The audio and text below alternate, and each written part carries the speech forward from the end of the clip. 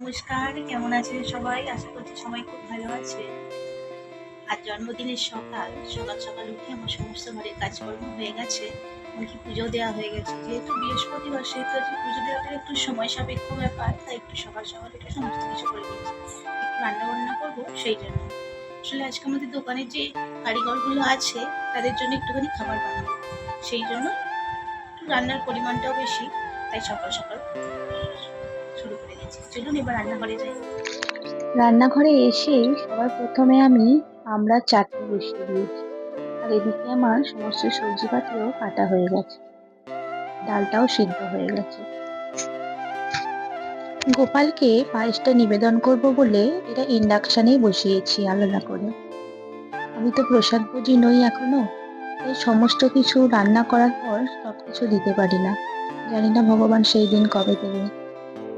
এখন পায়েসটা হয়ে গিয়েছে, এর মধ্যে কাজু আর মিষ্টির জন্য বাতাসা দিয়ে দিলাম।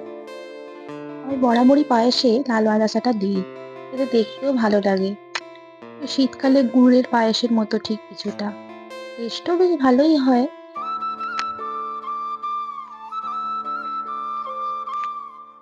এখানে আমি ডালটা এবার ফোড়ন দিয়ে নেব, সেই জন্য কড়াতে মৌরি আর শুকনো লঙ্কা দিয়ে একটুখানি আদা বাটাও দিলাম।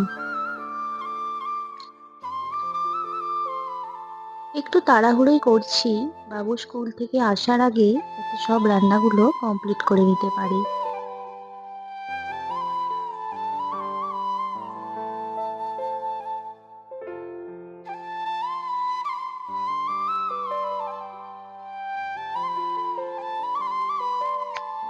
আমি পটল আর ছানা দিয়ে একটা তরকারি বানাবো, সেই জন্য পাশের কড়াইতে দুধটা ছানা কাটানোর জন্য বসিয়ে দিলাম।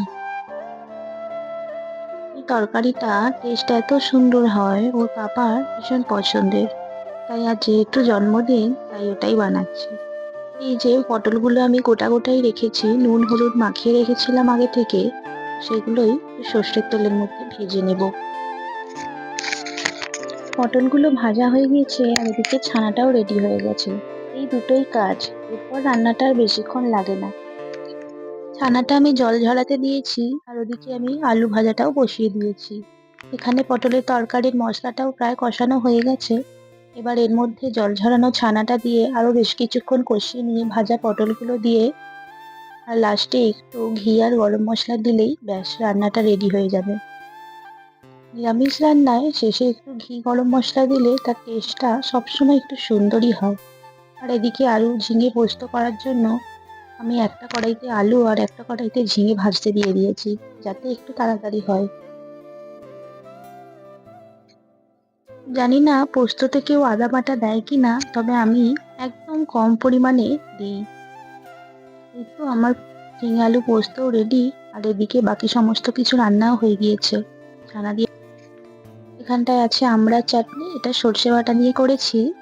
আর এখানটায় আলু আর বেগুন ভাজা। বাবা আলু ভাজা ছাড়া আর কোনোটাই তেমন ভাবে পছন্দ করে না, তাই এই দুটোই করেছি। আর ডাল আর ঝিঙে আলু পোস্ত। রান্না বান্না শেষ করে আমি গোপুসোনাকে পায়েস আর মিষ্টি দিয়ে দুপুরের প্রসাদটা নিবেদন করলাম। এদিকে বাবুও চলে এসেছে স্কুল থেকে। কি এনেছো দেখাও, দেখাও।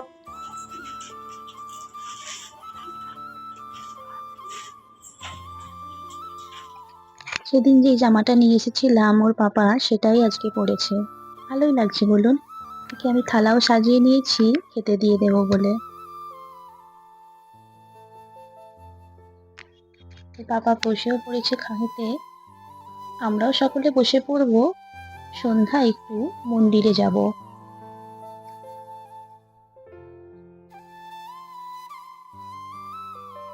এই তো আমরাও সকলে প্রায় বসে পড়েছি।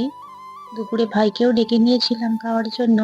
বাবু যেহেতু স্কুল থেকে খেয়েই আসে, ও আর ভাত তরকারি কিছুই খায়নি, শুধু দই নিয়ে বসেছে, কিন্তু দইটাও খায়নি পুরোটা। এখন সন্ধ্যাবেলা আমি শাড়ি পরে রেডি হয়ে নিয়েছি, মন্দিরে যাব। আজকে আমাদের বাড়ির সামনেই একটা ইস্কন মন্দির আছে, সেখানেই যাব। আমি বেশ অনেকদিন পরে শাড়ি পরলাম। শাড়ি পরে আমার নিজেকে খুব ভালো লাগছে। এই তো বাবু এখানে রেডি, ওর জন্য যে নতুন জামাটা কিনে নিয়ে এসেছিলাম ও সেটাই পরেছে। এই মন্দিরটা আমাদের বাড়ি থেকে একদম কাছেই, 10 থেকে 15 মিনিট গেলেই যাওয়া যায়, যদি সিগন্যালগুলো না পড়ে। এই তো চলে এসেছি মন্দিরে। তোমরাও ভগবানের দর্শন করো সবাই। যেহেতু আমাদের মন্দিরে যেতে একটু লেট হয়ে গিয়েছিল, যাওয়ার পরেই ভগবানকে ভোগ লাগিয়েছিল, তাই আমরা কি করব ভেবে না পেয়ে একটু জপ করে নিলাম। এখন শয়ন আরতি হচ্ছে, তোমরা সকলে আরতি দর্শন করো আর একটু নাম কীর্তনও শুনে নাও।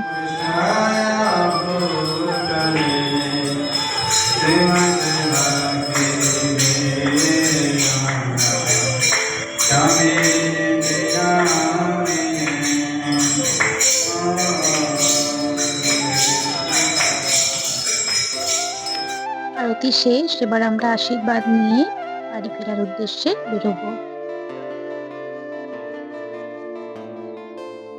বাইরে কিছু প্রসাদ দিচ্ছিল, তাই এখান থেকে অল্প একটু প্রসাদও নিয়েছিলাম।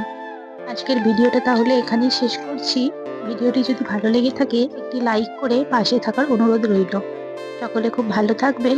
দেখা হবে আরেকটি নতুন ভিডিওতে।